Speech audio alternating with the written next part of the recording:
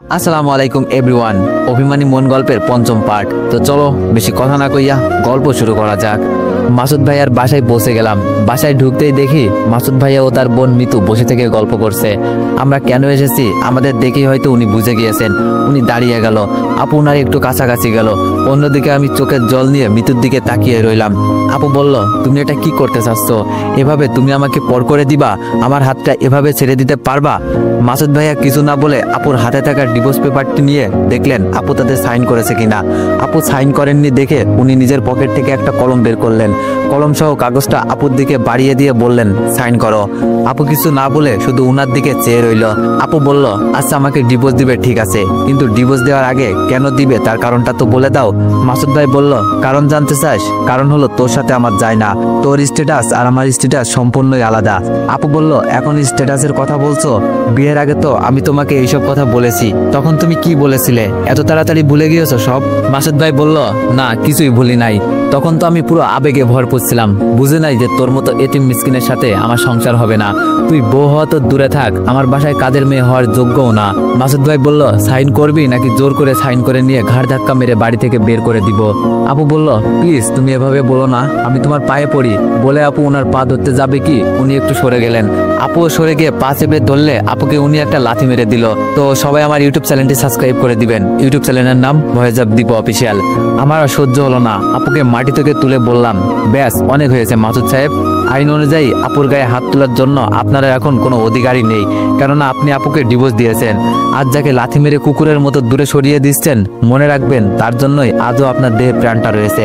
আপনার জন্যই সে নিজের জীবনটা দিতে বসেছিল। যে বোনকে নিয়ে আজ আপনি এত নাচছেন, মনে রাখবেন একদিন তার জন্যই আপনার মুখে চুনকালি পড়বে। আর মিতু, আজ তো তুমি খুব খুশি তাই না? তোমার মিথ্যা অভিনয়টা তোমার ভাইয়ের চোখে এমন ভাবে পটি হিসাবে লেগে গিয়েছে যা হয়তো আর কোনোদিন সরবে না। যেদিন তোমাকে তোমার স্বামী ডিভোর্স করবে সেই দিন বুঝবে একটা মেয়ে তার স্বামীর বিনা দোষে ডিভোর্স দিলে তাতে ঠিক কতটা কষ্ট হয়। নে আপু সাইন করে দে। আপু ডিভোর্স পেপার ও কলম হাতে নিয়ে বলল, না ভাই, উনাকে আমি অনেক ভালোবাসি। আপু বলল, আমি তোমাকে কোনোদিনও ডিভোর্স দিব না, ভয় পেও না। কেননা আমি তোমার সামনে এসে কখনো আর স্ত্রীর অধিকার নিয়ে দাঁড়াবো না। শুধু তোমার কাছে আমার একটাই অনুরোধ রইল, আমি যেদিন মরে যাব ওই দিন শুধু স্বামী হিসাবে তোমার পায়ে দুটোটুকু দেওয়ার জন্য আমার জানাজার নামাজে গিয়ে দাঁড়াইও। চল ভাই। আমি বললাম, মাসুদ সাহেব যাওয়ার আগে একটা কথা বলে যাচ্ছি, ওই দিন সত্যি সবটাই আপনার বোনের সাজানো নাটক ছিল। আর হ্যাঁ, একদিন এই এতিম মিসকিন আর এতিম মিসকিন থাকবে না, একদিন ঠিকই এরা নিজেদের ভাগ্যটা লিখবে। আমরা ডিভোর্স লেটারটা নিয়ে বাসায় চলে আসলাম। এসে দেখি আব্বু বিছানায় বসে রয়েছেন। আপু আমি গিয়ে আব্বুর দুই পায়ের দুই পাশে বসলাম। আব্বু বলল, কি হয়েছে বাবা তোদের? আপু ডিভোর্স লেটারটা আব্বুকে দিল। উনি পড়ে দেখে কিছুক্ষণ চুপ করে থেকে বললেন, বাবা এইসব ধনী মানুষেরা আমাদের মতো মানুষদের সাথে শুধু স্বার্থের জন্যই মেশে, যেমনটা আমাকে ওই দিন ফাঁসিয়ে তোদের থেকে আলাদা হতে বাধ্য করেছিল। তোরা বাসায় নেই দেখে ভাবলাম রান্নার কাজটা সেরে ফেলি। নিজের হাতে রান্না করেছি, চল তোদের দুজনকে আমি আজ নিজ হাতে খাওয়াবো। আব্বু রান্না করেছে শুনে আমি কিছুটা অবাক হলাম। আপু না খেতে চাইলেও আমার আব্বুর জোরাজোরিতে রাজি হয়ে গেল। আব্বু আমাকে আপুকে খাইয়ে দিচ্ছে। প্রথমবার খাবারটা মুখে দিতেই এতটা স্বাদ লাগলো যে আমি অবাক হয়ে ভাবতে লাগলাম, আব্বু এত সুন্দর রান্না পারেন। এভাবেই বেশ কিছুদিন কেটে গেল। আব্বু এসে একদিন বলল, তুই কলেজে যাস না, তাই প্রতিদিনই অনু নামের একটা মেয়ে এসে আমার কাছে কলেজে কেন যাস না জানতে চাই। আজ এসে বলল তোদের পরীক্ষা নাকি আর বেশি দিন নেই, কাল থেকে তুই কলেজে যা। আমি বললাম, আব্বু আমি আর পড়াশোনা করব না, আপু আমি তুমি আমাদের ওয়ার্কশপে কাজ করব। আপু বলল, না ভাই পড়াশোনা বাদ দিস না, তুই বরং পড়াশোনার পাশাপাশি একটু আমাদের সাথে থাকিস, তাহলে আব্বু আর আমি সব পারবো। আমি বললাম, আচ্ছা তাহলে কাল থেকে আমি কলেজে যাব। কিন্তু কাল আপু আমাকে আর তোকে থানায় এসআই সাহেব ডেকেছেন, আব্বুর মামলার বিষয়ে কিছু কথা বলবেন। আমি সন্ধ্যায় অনুর বাসায় রওনা দিলাম। অনুর আব্বুর জন্য নিচে সোফায় বসে আছি। উনি আসলে বললাম, স্যার আমি অনুর বন্ধু, একটা দরকারে আপনার কাছে এসেছি। অনুর আব্বু বলল, ও আচ্ছা, অনু তো বাসায় নেই, ওর বান্ধবীর বাসায় গিয়েছে, বলো কি খাবে? আমি বললাম, না স্যার আসলে আমার দরকারটা। অনুর আব্বু বলল, সেটা তো শুনবই।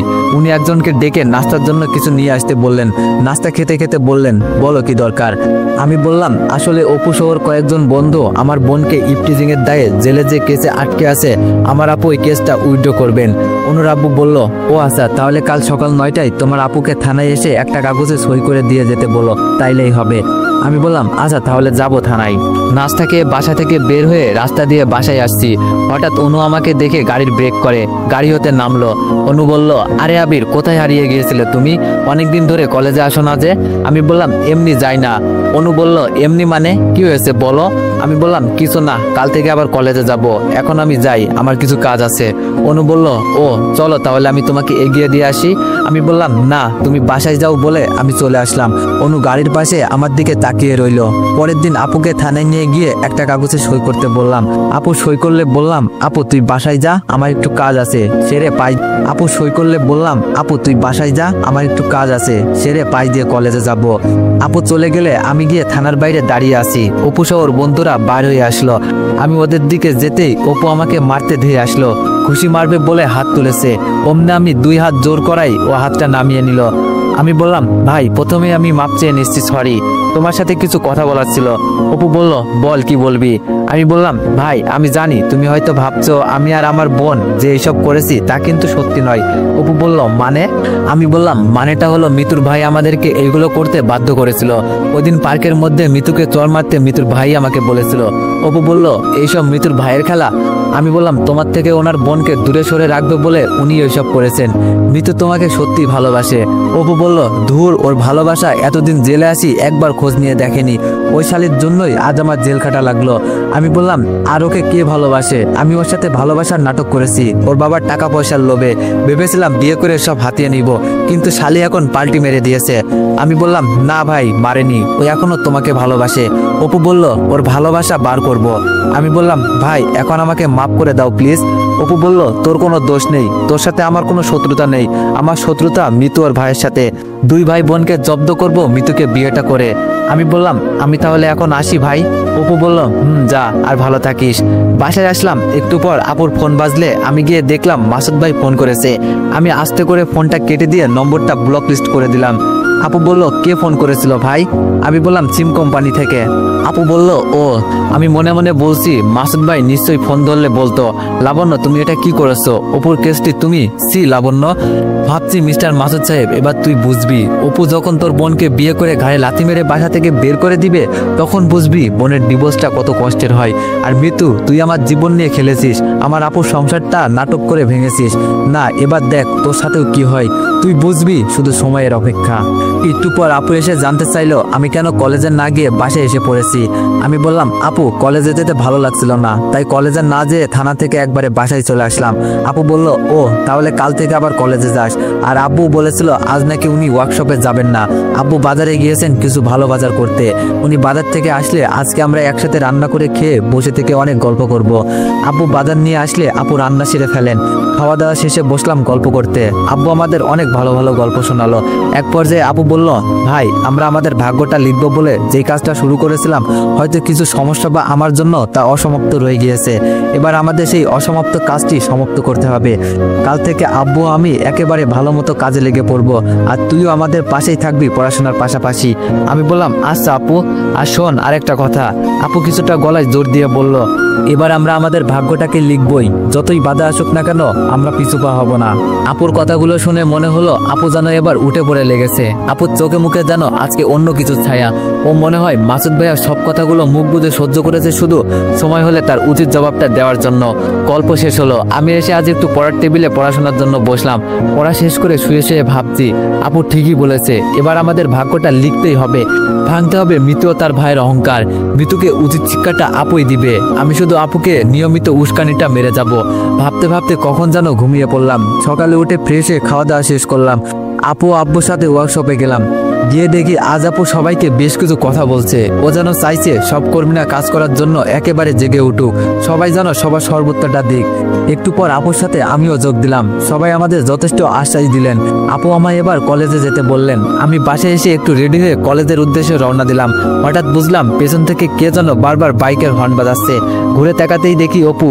অপু বলল, কি রে আবির, কলেজে যাচ্ছিস নাকি? আমি বললাম, কলেজে যাচ্ছি। অপু বলল, তা অনেকদিন পর কলেজে যাচ্ছিস যে, আয় ওঠ পিছনে, আমিও কলেজে যাচ্ছি। অপুর বাইকের পিছনে উঠতে যদিও আমার ভয় করছিল, কিন্তু ওর চোখ মুখ দেখে বুঝলাম ওর কোনো বাজে উদ্দেশ্য বা আমার উপর কোনো রাগ নেই। তাই ওর বাইকের পিছনে উঠে পড়লাম। ও বাইক চালাচ্ছে আর গান বলছে, ওর সাথে আমাকেও গাইতে বলছে, কিন্তু আমি না গিয়ে ওকে উৎসাহ দিয়ে যাচ্ছি। আর ভাবছি আজকে অপুর সাথে কলেজে ঢুকলে আর কেউ না হোক মিতু নিশ্চয়ই অবাক হয়ে যাবে। যাক, ভালোই হবে, তাহলে মিতু চাইবে অপুকে আমার থেকে আলাদা করতে। কলেজে পৌঁছে গেলাম। আমি বাইক থেকে নেমে ক্লাসের দিকে যেতে অপু বলল, আবির দাঁড়া, আমিও তো ক্লাসে যাব। আমি দাঁড়িয়ে গেলাম। পরে দুইজন একসাথে ক্লাসে যেতেই 2 তলায় খেয়াল করে দেখলাম অনু আর মিতু দাঁড়িয়ে রয়েছে। সিঁড়ি বেয়ে 2 তলায় উঠে উপরে চোখ যেতেই দেখি সিঁড়ির শেষ মাথায় মিতু দাঁড়িয়ে রয়েছে। আমরা 2 তলায় পৌঁছে গেলে মিতু অপুকে উদ্দেশ্য করে বলল, তুমি এত নিচ হয়ে গিয়েছো যে আমার বিয়ে হয়ে এতিম ছোট লোকের বাচ্চাটার সাথে কলেজে আসলে আবার একসাথে ক্লাসে যাচ্ছ। অপু বলল, আমি কার সাথে কি করব সেটা কি তুমি ঠিক করে দিবে নাকি? আমি বললাম, অপু থাক, আমি যাই রে। পাশ কাটিয়ে চলে যেতে অপু আমাকে দাঁড়িয়ে যেতে বলল। আমি অপুর কথা না শুনে ক্লাসে চলে গেলাম। ক্লাসে এসে বসে আছি। একটু পর মিতু ও অপু ক্লাসে ঢুকে দুইজন দুই জায়গায় গিয়ে বসলো। বুঝেছি অপু আর মিতুর ভিতরে ঝগড়া হয়েছে। এবার অনু আসলে মিতুকে আমি একটু তেলে আগুনে জ্বলাবো। অনু এসে আমার পাশে বসলো। আজ আমি অনুর অনেক কাছাকাছি গিয়ে বসলাম। বসে শুরু করে দিলাম গল্প। কেউ বলবে না আমরা ফ্রেন্ড, এমন আচরণ করছি যে আমরা জানো গার্লফ্রেন্ড বয়ফ্রেন্ড। খেয়াল করে দেখছি মিতু মনে হয় আমাদের এইভাবে দেখে তেলে আগুনে জ্বলে যাচ্ছে। একটু পর ও অপুর পাশে গিয়ে বসলো এবং অপুর সাথে গল্প করতে লাগলো। যাক, তাহলে থিওরিটিটা কাজে লেগেছে। মনে মনে আমার কিছুটা হাসি পেল। মিতু, তুই খাল কেটে কুমির ডেকে আনতে বসেছিস, আর আমিও তোকে সেই কাজটা করতে উৎসাহ করে যাব। স্যার আসলো এবং ক্লাস শুরু হয়ে গেল। ক্লাস শেষে বাসায় আসবো বলে অনুর সাথে কলেজের মাঠে গিয়ে হেঁটে আসছি। অনু বলল, আমায় বাসায় অবধি এগিয়ে দিবে। অনু গাড়ি নিয়ে আসলে ওর গাড়িতে বসে বাসায় আসছি আর দুইজন গল্প করছি। জানালা দিয়ে তাকাতেই দেখি মিতু অপুর বাইকের পেছনে বসে আছে। অপুর বাইক গাড়ির পাশাপাশি আসলে মিতু যেন আমার দিকে তাকিয়ে বলতে চাইছে, তুই কি একাই পারিস নাকি দেখাতে, এই দেখ আমিও পারি কিনা। ওরা চলে গেল। অন্য আমার বাসা অবধি এগিয়ে দিয়ে চলে গেল। বাসায় এসে দেখি আপু ও আব্বু বাসায় ফেরে নাই। দুপুরের খাবারটা খেয়ে আপু ও আব্বুর জন্য খাবার নিয়ে ছুটলাম ওয়ার্কশপে। গিয়ে দেখি আপু আর আব্বু আজ কর্মীদের সাথে কাজে নেমে পড়েছে। আমি কিছুটা অবাক হয়ে গেলাম। দুপুর পেরিয়ে যাচ্ছে, এখনো খাওয়া দাওয়ার কোনো খোঁজ খবর নেই, অথচ এভাবেই কাজ করেই যাচ্ছে। আব্বু আপুকে ডেকে খেয়ে নিতে বললাম, আর আমি সবকিছু ঘুরে ঘুরে দেখলাম বেশ ভালোই কাজ হয়েছে। আপু আব্বুর খাওয়া দাওয়া শেষ হয়ে গেলে আমি সহ আবার 3 জন মিলেই কাজে নেমে পড়লাম। কাজ শেষে সবাই বাসায় ফিরলাম। তাই আপু আর আব্বু অনেক ক্লান্ত, তাই আজকে রান্নাটা আমি সেরে ফেললাম। রাতে খেতে বসলে আপু বলল, এভাবে যদি প্রতিদিন কাজ হয় তাহলে খুব বেশি দিন লাগবে না আমাদের ছোট্ট ওয়ার্কশপটা বড় করতে। আব্বু বলল, ঠিক বলেছিস লাবণ্য, আমরা এইভাবে প্রতিদিনই নিজেদের সর্বোচ্চ দিয়ে কাজ করে যাব। তাহলে একদিন না একদিন উপরবেলা ঠিকই আমাদের দিকে মুখ তুলে তাকাবেন। 1 সপ্তাহ পার হয়ে গেল। আপু হিসাব করে জানালো, আমাদের 1 সপ্তাহ কাজের ফলে আমরা আরো 5টি সেলাই মেশিন যোগ করতে পারবো। আমি কিছুটা অবাক হলাম বটে, তবে ছোট্ট সাপরের হাত ধরে একদিন আমরা আমাদের ভাগ্যটা লিখে ফেলবো, তার কোনো সন্দেহ নেই। রাতে ঘুমাতে গিয়ে আজ আমার মনটা যেন অন্য কিছু বলছে। আমি একসময় যার পিছনে ছুটেছি সে আমায় ছুঁড়ে ফেলে দিয়েছে। আজ অনু আমার পিছনে ছুটছে। অনুকে দেখে মনে হয় ও আমায় হয়তো অনেক কিছু বলতে চায়, কিন্তু বলতে পারে না। ওকে দেখে মনে হয় ও যেন পুরোটাই মিতুর উল্টো। মিতুর উপর প্রতিশোধ নিতে গিয়ে অনুর আবার আমার বন্ধুত্বের হাতটা ছেড়ে দিয়ে চলে যাবে না তো? তাইলে কি অনুকে আমি আপন করেই নিব? আমি কি ও যা বলতে চাই তা বলে দিব ওকে? না, এখন বলা যাবে না। এখন বললে অনু হয়তো আমায় গ্রহণ নাও করতে পারে, আবার অনুর বাবাও কোনো মতেই হয়তো আমাদের মেনে নিবে না। সো আগে অনুর পাশে দাঁড়ানোর জন্য যোগ্যতা অর্জন করি, তারপর না হয় সব ভেবে দেখব। এখন আপাতত অনুর সাথে এভাবেই থাকি। এইদিকে তো মিতু আবার অপুর প্রেমে হাবুডুবু খাচ্ছে। শুধু সময়ের অপেক্ষা কবে যে আমি মিতুর বিয়েটা দেখবো আর আমাদের এই অবস্থাটার পরিবর্তন হবে। কয়েকটি মাস এভাবে কেটে গেল। আজ আমাদের অবস্থাটা অনেকটাই পরিবর্তন এসেছে। বাড়ি পাল্টিয়েছি, একটা গাড়িও হয়েছে আমাদের অবস্থাটা মোটামুটি ভালো হয়েছে। তবে এখনো অনেক কিছু হতে বাকি রয়ে গিয়েছে। আমার ইন্টার প্রথম বর্ষের পরীক্ষা আর কয়েকদিন পর, তাই মন দিয়ে পড়াশোনা শুরু করে দিলাম। রাতভর পড়াশোনার পাশাপাশি অনুর সাথে ভালোই চ্যাটিং চলতো। পরীক্ষা চলে এলো, এক পর্যায়ে পরীক্ষা শেষও হয়ে গেল। শেষ পরীক্ষার দিন আমি আর অনু আসছি। অপু আমাদের ডেকে নিয়ে বলল, আয় সবাই আজকে ঘুরতে যাই। আমি না করলাম। অপু বলল, আচ্ছা আজ তাহলে আমরা সবাই কলেজের ওই পুরনো চাওয়ালার দোকানের সামনে যাই, চাও খাওয়া হবে, আড্ডাও দেওয়া হবে। আমি বললাম, আচ্ছা আমরা আসবো তাহলে, বলে বাসায় চলে আসলাম। বাসায় এসে খাবার টেবিলে বসলাম। আপু একে একে রান্নাঘর হতে খাবার নিয়ে আসছে। কেউ যেন দরজার কলিং বেলটা বাজাতে আপু আমাকে গিয়ে দেখতে বলল। আমি গিয়ে দরজা খুলে দেখি একটা মেয়ে, বয়সটা খুব বেশি না আবার কম না, মাঝামাঝি হবে। আমি বললাম, কি আপনি আর কি চান? উনি মাথাটা নিচু করে বললেন, বাবা আমি তোমার সৎ মা।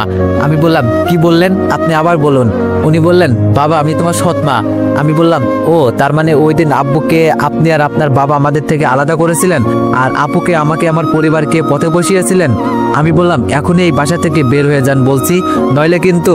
উনি বললেন, বাবা তোমার আব্বুকে একটু ডেকে দাও না, ওনার সাথে কিছু কথা বলে আমি চলে যাব।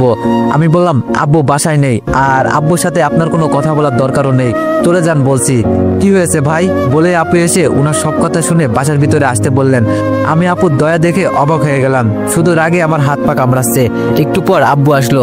আব্বু এসেই তো আমার থেকে ওনাকে দেখে বেশি রেগে গেলেন, কিন্তু আপুর কথায় আব্বু কিছুটা শান্ত হয়ে গেলেন এবং কি জন্য এসেছে তা জানতে চাইলেন। সৎমা বললেন, আমার বাবা হাসপাতালে, ওনার ক্যান্সার হয়েছে, ডাক্তার বলেছেন আর বেশি দিন বাঁচবে না। বাবার শেষ ইচ্ছা তোমাকে দেখার, তোমার কাছে ক্ষমা চাওয়ার, প্লিজ আমার সাথে চলো তুমি।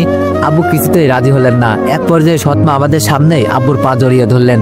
বলো, মেয়ে হয়ে আমি কি আমার আব্বুর শেষ ইচ্ছাটা পূরণ করতে পারি না? তোমার যত ইচ্ছা আমাকে শাস্তি দাও, প্লিজ তবু একটিবার চলো। আপু এসে ওনাকে তুললেন এবং আপু আব্বুকে একটু বোঝালেন। অবশেষে আব্বু রাজি হয়ে গেলেন।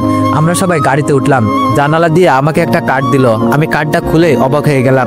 আপু বলল, কিসের কার্ড ওটা ভাই? আমি বললাম, মৃত অপুর বিয়ের কার্ড। আপু বলল, বলিস কি? উনি কি তাহলে আমাদের মৃত্যুর বিয়ের কার্ড দিয়েছেন?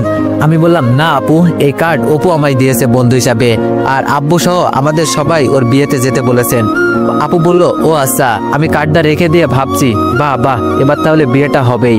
বিয়ের পরেই মিতু বসবে জ্বালা। কিন্তু মিতুর বিয়ে দিতে মাতুর সাহেব রাজি হয়ে গেলেন। কিন্তু কেন রাজি হলো? উনি তো অপুকে দেখতেই পারেন না।